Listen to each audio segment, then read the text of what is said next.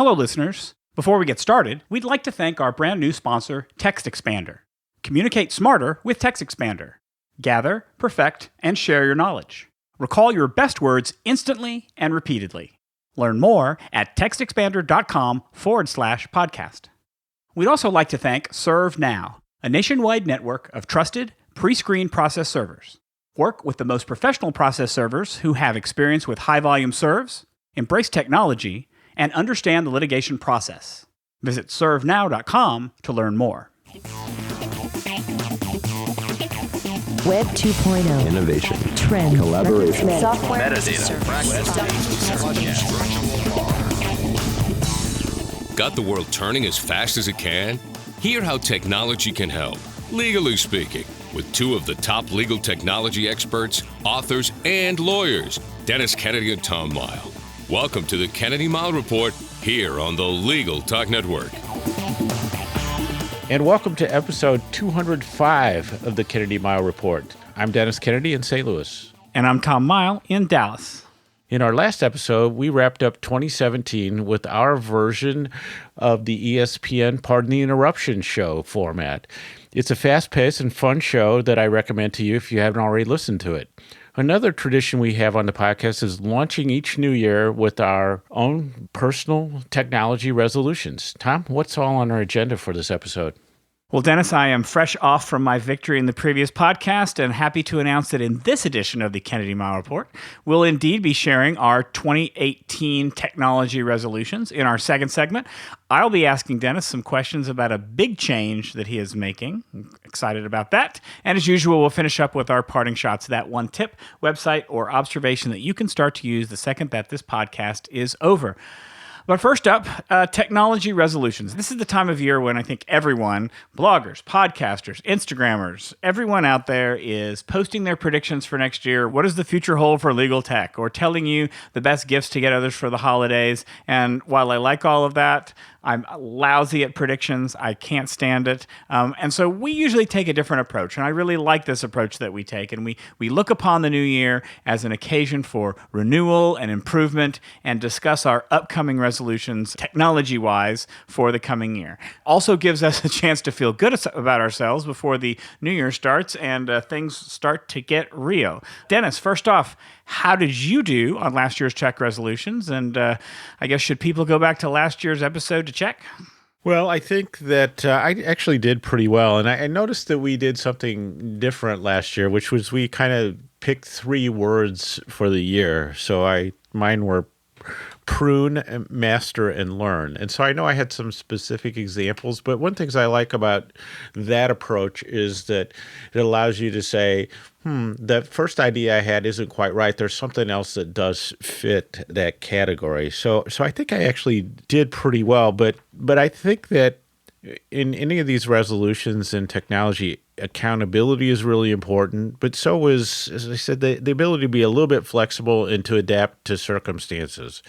So if I think my resolution for the year is to learn X, which I think was data analytics last year, but as things turned out, because of some other things I was doing, it was actually blockchain and artificial intelligence that were probably the areas that I learned, or perhaps you could even say that blockchain is an area that I went even deeper than I expected. Then that flexibility comes in. And I also think with resolutions, as I look at the agile method, there is this notion of failing fast. And so if you have this resolution that you see isn't going to work, but you can replace it with something else, then that's important too, because you can still move forward. And as you said, I kind of like our approach to this because, I used to make all kinds of predictions, and the thing is that, you can predict anything.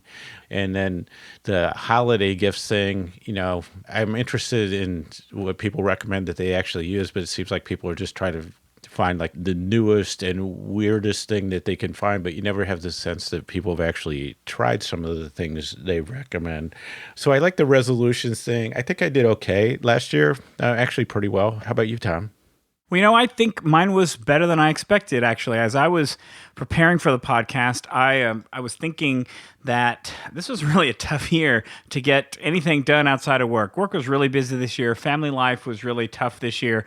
But then I looked back at the resolutions that we talked about last year, and I was really pleasantly surprised. And maybe that's why I structured them the way that I did. My 3 words last year were experiment, share, and learn. And under experiment, I pledged to experiment with the Service Studio. I did. I got it. I'm excited to have it. I wanted to experiment on Alexa versus Google Home. I did that. I have both devices here. I've been playing with them. I actually have another Alexa device coming soon to play with. New iPads. Okay, there was one new iPad this year. I did experiment with that. I do have the new Google phone. I like it. Not everybody likes it. I didn't really get to play around with the VR with Google Daydream. That's one area that I didn't get to deal with. Under the share topic, one of the big things there was to share our knowledge and our expertise and our experiences with the world. The first one was our collaboration book, and I think we're both pleased to say we're putting the finishing touches on that, and it should be out early in 2018. Where I did fail was in rejuvenating the blog, and we talked about kind of a new tech news roundup that I was interested in starting. Those things really haven't happened the way I wanted them to. And then under Learn, I wanted to learn how to do Adobe Captivate to help in change management, help develop training. I did that. I'm not as good at it as I would like to be, but I did learn how to use it. I learned also how to use a lot of the inner tools of Office 365, using Teams a lot with the consultants at my work. I really like using that as kind of a Slack alternative that lives in the Microsoft Office world. So I was actually kind of jazzed. I've made good efforts at all of the resolutions I made last year. And I think that's a useful thing to look back. And like I said, that category approach can be really helpful because, I think you're right, Tom. Sometimes you have the sense of like, oh, I didn't accomplish the main things that I thought I was going to. But then you go back and you look and you say, actually, Tom, I was listening. That's a really impressive list. And I know how, sometimes you're pretty tough on yourself, but that's a really impressive list. And so I think if you give yourself credit for what you do and then also say, maybe I went in the right direction, but I moved forward. So I think that's that sense of moving forward that I always look for. Yep. So I don't know, Tom, what are some of the things you think we've learned over the years on tech resolutions and making resolutions in general? So I have to say, I probably say this every year, the thing that is useful, and I've learned this really from my work, is that one of the things that make a good resolution is, unfortunately, whatever the biggest pain is for you. I'm learning from my clients that they're not motivated to change unless the pain is strong enough. And so my thought is, let me go to find the source of the greatest pain and develop a resolution around that. Now, obviously, that's not going to work for the things where I want to learn about stuff. I wanted to improve myself. I want to be better at this or do that. But I think that is a powerful motivator to set a resolution, is to say, how can I make this better in my life, is to find where am I currently either least satisfied or having issues or challenged or frustrated by a problem at work. Where can I deal with that? And to me, that seems to be a good way to start. And then I'll say it again. I think that taking small steps is really the way to do it. Break down your resolution into the manageable steps so that you don't try to do it all at once. You try to do it all at once and it doesn't work, or you don't have time, you're more likely to abandon it. I think that getting those small steps done help to establish momentum and are ultimately more satisfying. Those are the two kind of takeaways that I've had over the past couple of years that we've been doing these. Is I just find that more successful if you approach them in a certain way. What about you, Dennis? Well, I like some of the rule of thumb things and some of the approaches that people take with projects and goals. So the SMART goals notion obviously is a really structured way of doing goals. I love the rule of threes because I always feel that it's easy to remember, and then the idea that you can do 3 things or concentrate on 3 things seems really attainable to me. And then more and more I think about thinking of the resolutions as their own projects. And so as a project, then it has certain steps, and maybe it can have milestones and other things like that. So you can break it down into these chunks where you feel that you're making progress. And as I said, I think it's really important to feel the forward momentum. And so that notion of going take that resolution, turn it into a project that has steps. You can map it out, you can calendar it, that sort of thing, and you can keep it in front of you. So those are the things. So I don't know, Tom, I think we definitely went to the rule of three again this year. And I realized that I had written these down in the script before I looked at last year's words. And I kind of echoed some of basically the same three themes I had last year. So my first resolution is something I think I've mentioned before, but I call this Tech Zero. So I'm making some changes that we'll talk about, and we're going to be moving. And so it gives me a chance to say, well, let's take a hard look at the technology I'm using and what is it that I really want to take with me? And are the old ways that I'm used to doing technology and the things I use, do they still make sense? What if I were starting out with nothing? What are the choices that I would make? And if they're different than what I'm doing, then doesn't it make sense for me to make some of those changes now? So it's kind of, I feel, is like a really radical way of taking a look at your technology and then deciding how it is that you're going to move forward.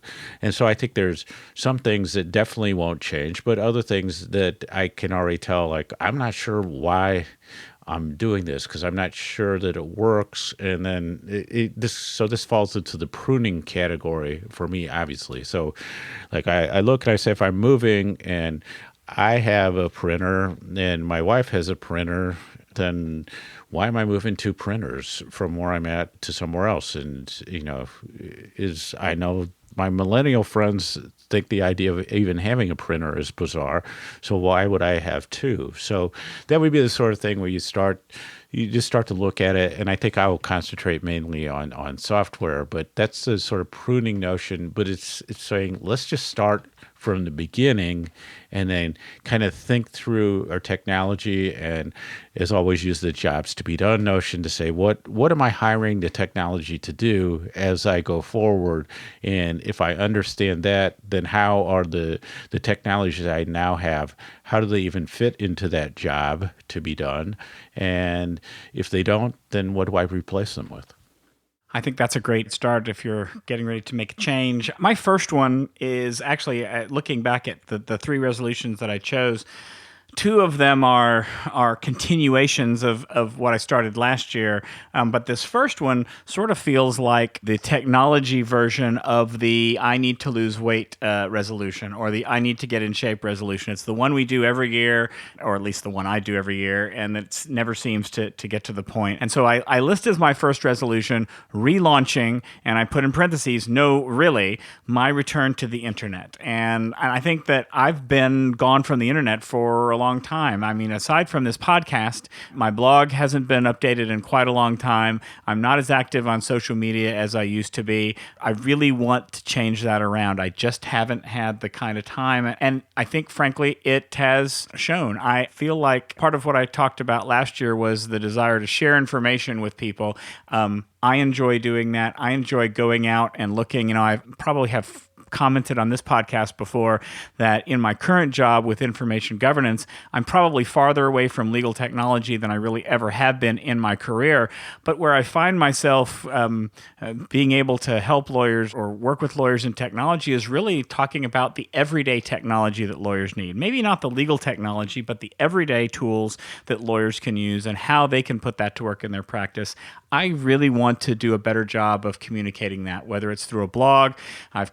You and I've talked several times about putting together some short little fun podcast, or maybe a YouTube channel or something that shows information on the latest everyday technology for lawyers. I really want to get that started. That's probably not something that's going to start until after ABA Tech Show, but I really want to get something out there that starts to, I feel sort of like I haven't been communicating with people, and that's an odd feeling, but I think that's what happens once you get engaged on the internet and then you go away from it for a while. It feels like you're cut off, and I'm ready to get started on that again. Yeah, Tom, I mean, I think that is true, and I think the book project is similar in that way, because when you're working on a book, you feel like, I shouldn't start something new, Tom, you and I have talked about doing online courses. We go like, well, let's finish the book project first, and I sometimes feel like, I could do something else, but you're right. I need to pay attention to the blog first. And it's like the blog piece of it becomes kind of a blocker because you say, and it keeps other stuff from going forward because you say, I need to get to that first.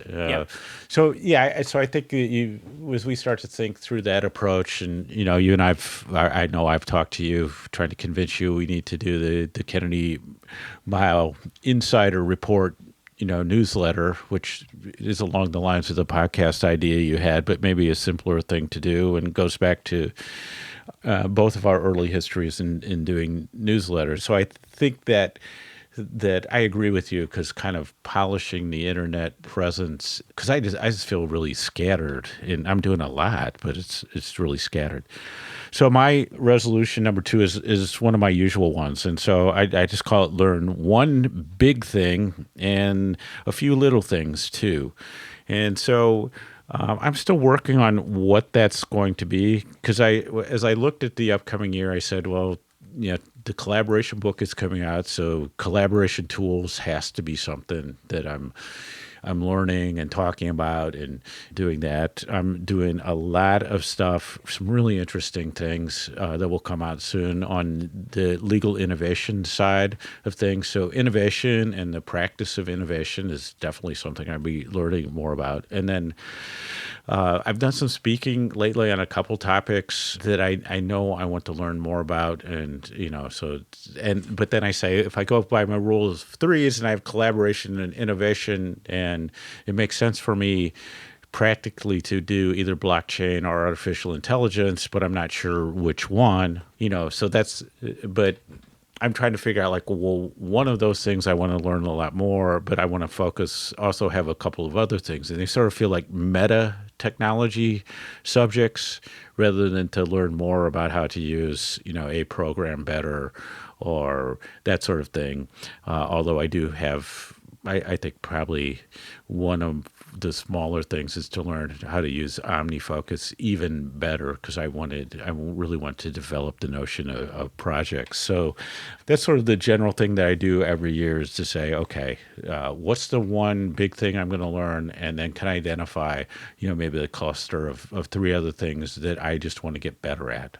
Well, I think that the way you describe it, sort of the meta things that you want to learn about, the commonality there is that those topics tend to be things that you can help other people understand, whereas learning about OmniFocus is the more personal, helping you understand on a personal basis. And I think there's value in both of those approaches. So I look forward to seeing what it is you learn about in the next year. My second resolution is a continuation of my learn category last year. I did go in, I learned a lot of the tools from Microsoft Office 365, and what I learned when I started using them was how useful they would be in getting teams to collaborate with each other. I'm really intrigued with the notion of, we have our consultants are all over the place, but we work for the same client, and we need to have a place where we can all work together. And I have to say that the combination of Microsoft Teams and now being able to co-author documents in Microsoft Office where we have a single copy of a document that is shared by everybody and we can author it either at the same time or offline and in different times really makes it easy to share information with each other. Combining with that, the OneNote notebooks, once we've set up a team site, then we also have a OneNote notebook so that everybody who has meetings or does interviews can access the notes for those interviews. Any notes that we have on the client, they are all right there. I'm just really scratching the surface of what can be done. And I'm really intrigued by this whole Microsoft notion of collaboration. I know, Dennis, you and I have circulated, Microsoft put out this diagram of what they believe their whole collaboration universe is. And it's huge. It's massive. It's a lot more than what I'm talking about right here. But I think that in the workplace, it offers a lot of really good capabilities because it all, again, ties into a world that lawyers are already part of, Word, Excel, PowerPoint, and it makes that part, but then it extends beyond that. And so I'm looking forward to, I think what's going to be interesting about this is that it's something that I really want to do, but it's not something that the other consultants that I work with are used to doing, and they have their own distinct ways of doing work, and trying to have that change management and changing the behavior to where people are collaborating and doing things in a way that centralizes the information and makes it beneficial to everyone rather than to set up silos where everybody has their separate independent information, I think is going to be both a challenge and an interesting change if we can make it happen. So that's what I'm hopefully looking forward to doing next year. So my number 3 goes back to what you said. I think it's important to identify the biggest pain that you have. And so lately I feel that the big thing for me is capturing the ideas I have and then making those ideas actionable. So to me, it's turning them into projects. And so about every year or so, I reach out to our friend Matt Homan and say, Matt, have you found like a great tool for capturing ideas and turning them into action? Because ideas are always a focus of Matt. And he never really has found anything yet, and I haven't either. But that sort of feels like that's the pain that I would like to try to resolve. That would help me a lot. And I sort of think, this is a great example of you don't want to think first about technology and then figure out the solution to your problem magically is the technology that you've identified. So I think my thing is like, okay, I have ideas. How do I capture them? And then how do I make them actionable? My gut sense says that's an expansion of how I use OmniFocus already, but it doesn't quite work on the capture side. So I think that as I move forward, I feel like I have ideas. I think I'm going to remember them. I don't follow up on them. So getting a system together that will allow me to capture, to turn into projects, and then to review on a regular basis the things I haven't turned into projects, I think is my big resolution for this year. Yeah, that's a struggle to find a tool that works that well with that. I think OmniFocus is ideal for some of that piece, but I agree that it may not be ideal for everything. It may be useful, and I don't think OmniFocus connects with any of these, but using one of the connecting services like IFTTT or Zapier or Microsoft Flow may be able to set up some sort of workflow that allows you to do what you need using multiple tools. I've not looked at that, but that would be an interesting exercise. So my third one, you mentioned pain, and I talk about pain, and guess what? I'm not actually addressing any of my pain this year in my resolutions. I guess if I had pain, my resolution would be, and I still plan to do this, is I have about 1,000 pictures that need to be scanned between family members that I've gotten pictures from. I need to scan them, and that is a huge source of pain because they're sitting there in a pile staring me in the face. They need to get scanned. I don't want to scan them.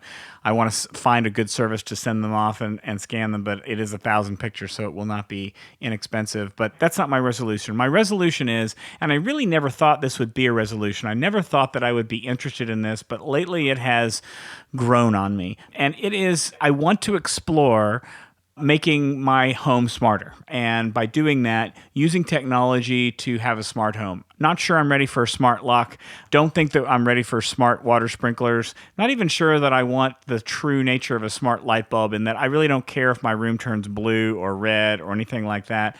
But I will say that using both the Google Home and the Amazon Echo to do things, and now that those devices can actually control things that go on in your house just with your voice, I'm now able to turn music on in any part of the house just using that, using the speakers that I want and the tools that I want. Very simple to do. And then what really hit home with me was we're in the holiday season right now. We're setting up Christmas trees and things around the house, and we have these old ancient timers where you have to pull out or push in the hours that you want the lights to come on, and it's incredibly ancient and it doesn't work very well. And I went out, I bought a couple of smart plugs, I installed the app on my phone, and now I've got them set up on timers so that they're automatically turning on, turning off when I want, and I'm starting to appreciate the value of smart tools in the home. And I want to explore that a little bit more, see where that gets me, see if it makes sense to make the house more efficient or more interesting by controlling it electronically. I'm not sure where I'll go with this, but I'm interested to get started.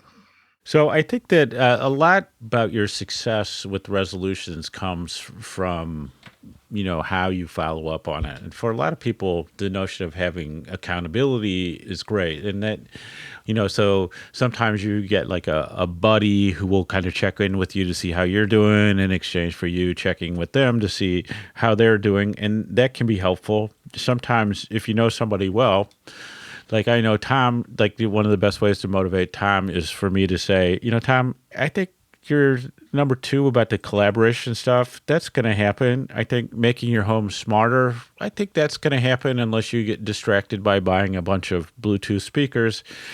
But Tom, I think next year the blog isn't going to be going. And I know that by saying that Tom is going to be super motivated to go out and do that. So like the best thing I can probably do for Tom is to say, I don't believe you can get that done this year. So there's a number of strategies you can get with accountability and getting other people to help.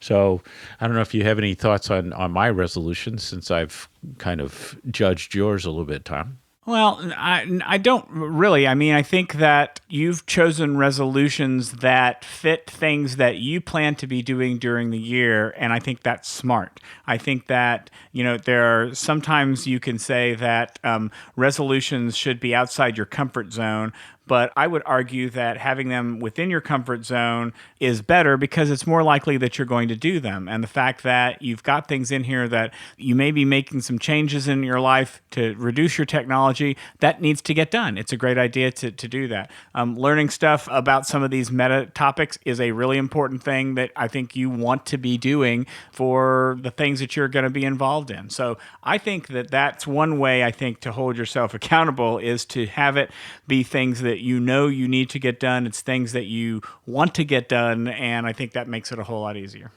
And so I'd wanted to kind of give some resources, I guess, for resolutions. And so as I thought about that, I'm going to go old school on this because this is what I found has been really helpful to me lately, which is to go offline and say, let me just, when I say I would like to figure out what kind of 3 technology resolutions I have, just go out and walk for a half an hour, 45 minutes and say, I'm just going to think about those things. And I'm not going to be paying attention to the phone, and I'm not going to be on the internet and that sort of thing. And I can do that for half an hour, 45 minutes. And I'm walking too. That's good for me.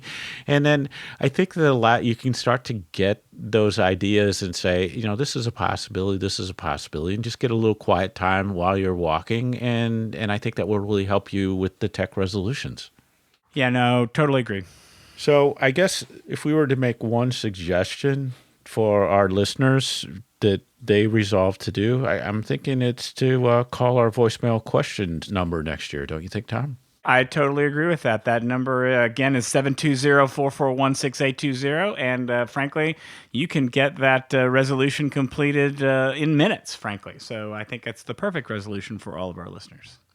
All right. Before we move on to our next segment, let's take a quick break to hear a word from our sponsors. TextExpander helps you communicate smarter. You get home from an event where you've met some potential clients. You create a TextExpander snippet with a follow-up message, use fill-in fields for the contact name and custom topic, quickly produce personalized emails to everyone by expanding and filling in your snippet, share your snippet with colleagues, and everyone gets done faster. Visit textexpander.com/podcast for 20% off your first year.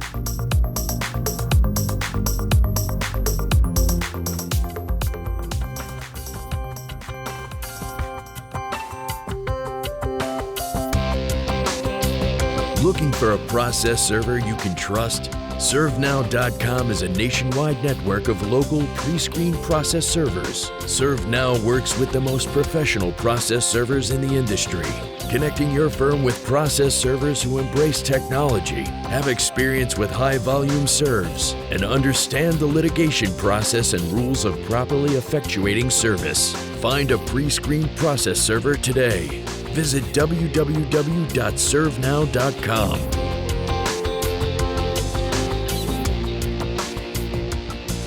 And now let's get back to the Kennedy Mile Report. I'm Tom Mile. And I'm Dennis Kennedy. In this segment, I have officially already announced my retirement from MasterCard, an early retirement. So people who think I'm young can still keep thinking that, but I'm actually a little bit older than some people realize. But I had an early retirement option, which I decided to take.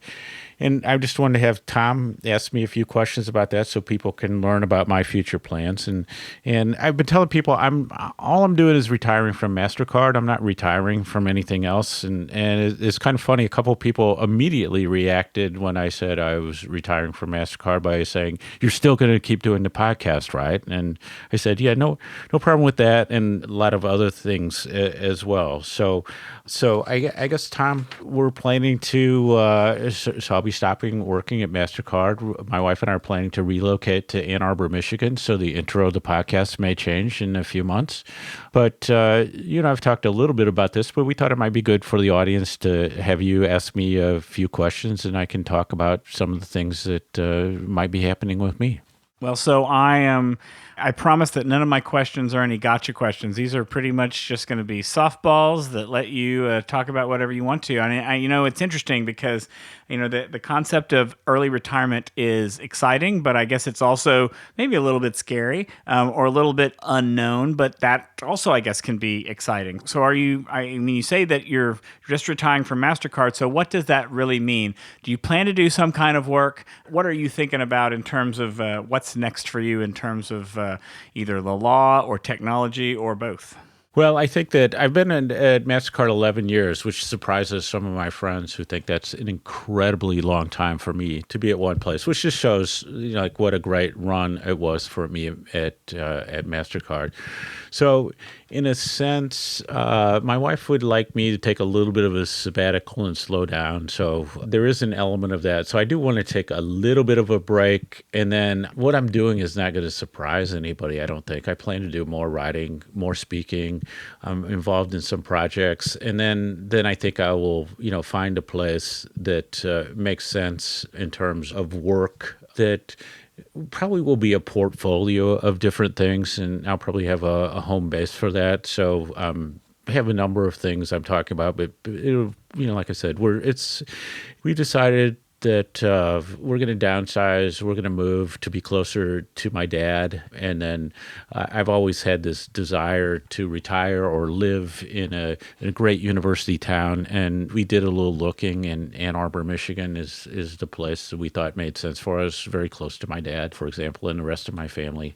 So that's sort of what's going out there. And some of it is a little bit unknown, but I kind of feel like it's been great. You and everybody I talked to just seems really excited that they feel this is a great move for me. So that's really encouraging to me. So then let's look ahead. So really, I've just got two questions for you because you really basically answered all of my questions in that answer. So thanks a lot for that. So here's the last question. Let's look ahead a year from now. We're doing our resolutions episode in 2018. Where should our listeners expect to find you? What kind of predictions would you make?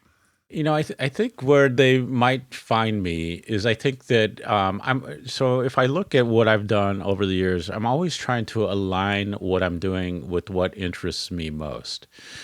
And so I would expect you would find me, as I said, in Ann Arbor, Michigan, being part of a great university town and getting involved in the community. There's a great startup culture there with some legal tech companies there. I'll be close to what's going on with Michigan State and the University of Michigan law schools. And I've already been doing a little bit of work that people will hear about later, especially with the Michigan State people in the legal R&D group. So I think you'll see that. So I'm looking at innovation, probably some kind of new tech, and then kind of getting myself more involved in the changes that are happening in law, both in the sense of how technology is changing things, how technology is changing what the subject matter of law is, something I call the, lawyering in the platform era. So I expect to see some of that. And then probably some close involvement with one or the other of artificial intelligence or blockchain technology. So a number of things out there. But definitely, I did a number of speaking things, Tom, as you know, in the last few months, including going to London to speak about artificial intelligence. And it just reminded me how much I love speaking on the technology topic. So I would definitely hope to be doing more of that. And then in the show next year, I would hope to be able to say, look, Tom, I actually inspired you to get your blog going, and I got all 3 of my resolutions done. So that would be my goals at that point. Well, I personally look forward to seeing how you're able to maintain a relationship with Michigan State, living in a town that bleeds yellow and blue, but we will save that for another episode. So maybe let's move on to our parting shots. It is time for our parting shots. That one tip, website, or observation you can use the second this podcast ends. Tom, take it away. So I can't resist. I have to talk about a Bluetooth speaker, but it's really not fair because it's not just a Bluetooth speaker. It's just as long as it's not another Google thing, too. Well, guess what? It's a Google speaker. It's both Google and Bluetooth. But actually, you know what? It's really not. It's not fair to call the Google Max a Bluetooth speaker because you really can't hook it up to anything except for Google devices. But that's okay because I have a Google phone and it works. Google Max is sort of Google's way of rounding out its Google Home tools. So there's the Google Home, which is sort of the middle, is the Google's version of the Amazon Echo. There's the Google Home Mini, which is like the Amazon Echo Dot, the smaller version, not a great speaker, but you can put it anywhere and you can talk to Google and get the information you need. The Google Home Max is really what I expected to be like my Sonos speakers, to be able to put them throughout the house. I'm not sure I'm going to use them that exact way because I bought a couple of them and I've been using them now, and I have a couple of thoughts about them. One, they're huge. They're a lot bigger than I expected them to be. So if you're good with huge speakers, these are great for you. I will say the sound is phenomenal. The sound is really, really very good. I wouldn't have expected that from a Google device. And then the last thing is, you've got the Google Assistant built right in. So you can talk to it, you can have it do things for you, you can have it set timers, it can play music from about 10 different services. It's just a super device, and I've said many times that I'm all in on the Google world, so I gush a lot about Google, but this is really a genuinely nice device, assuming you can get over the size of it. It's really good. Google Max, not cheap, $399, but based on the size, I think it's probably priced by the pound. You know, what interests me is Apple and Google move into the speaker space is, and I don't know that these will do this or the new thing that's coming from Apple will do it either, and I'm not sure I'm using the right term, but there's a sort of digital sound processing notion. And when you have smart speakers, I kind of like the idea that potentially you could do this thing where you can kind of create the sonic atmosphere of the room you're in, so it could sound like a certain type of room or do that sort of thing. So, well, the one thing the Google Max claims to do is that if you move it from it, when you put it into a room, it has the technology to adjust its sound to the size of the room. And then if you move it to another room, it will readjust. So it's smart in that regard. And I would imagine that Google is using some of its artificial intelligence to make it smarter. So I wouldn't be surprised. I wouldn't put it past either Google or Apple to have that sort of capability. So that would be a cool thing. So my parting shot is something that's been on my list, as you know, Tom, for it seems like a couple of months, and I sort of feel like I have like a little bit of competitive advantage with this, and so I'm reluctant. I was reluctant to share it, but I really like this so much, and so the site is called Unsplash. So unsplash.com. The idea is it's a crowdsourced site for professional photographers to contribute photos that are free to use for any purpose, commercial or non-commercial. And it is an amazing resource for getting the photos that you want when you do presentations and giving you the comfort that you have the rights that you need. And there's great stuff. So that's one thing, and it's amazing for that. I would recommend it completely for that. The other thing that I found really interesting about it as I was using it is when you do the search on, not just something that says like airport, But if you do something that says like focus or artificial intelligence or something like that, it's pulling up a bunch of photos. And so there's some kind of algorithm happening. And it's kind of fascinating to see what it picks in connection with some of the concepts. So when I was doing the talk on artificial intelligence, I did that search on artificial intelligence, and there was a photo that was of, I think it was a man sitting on a bench in a park, and so there's this green grass around. And this is what I love about the human mind, is that I'm trying to figure out, okay, now how does that show artificial intelligence? But so it's kind of an interesting thing that I want to observe to see how, what's happening there with this crowdsourcing and as people use it, as you learn, on this notion of concepts as associated with photographs. So unsplash.com. I think that last picture was just messing with you. I just don't think it had anything to do with artificial intelligence. So I'm going to have to go look at it, though. So that wraps it up for this edition of the Kennedy Mile Report. Thank you for joining us on the podcast. You can find show notes for this episode at tkmreport.com. If you like what you hear, please subscribe to our podcast in iTunes and the Apple Podcast app, or on the Legal Talk Network site, where you can find archives of all of our previous podcasts. If you'd like to get in touch with us, there are a bunch of ways to do it. You can do it on Twitter, you can do it on LinkedIn, and as we've said before, you can call us for voicemail questions any time of the day or night. That number is 720-441-6820. So until the next podcast, I'm Tom Mile. And I'm Dennis Kennedy, and you've been listening to the Kennedy Mile Report, a podcast on legal technology with an internet focus. If you like what you heard today, please rate us in Apple Podcasts, and we'll see you next time for another episode of the Kennedy Mile Report on the Legal Talk Network.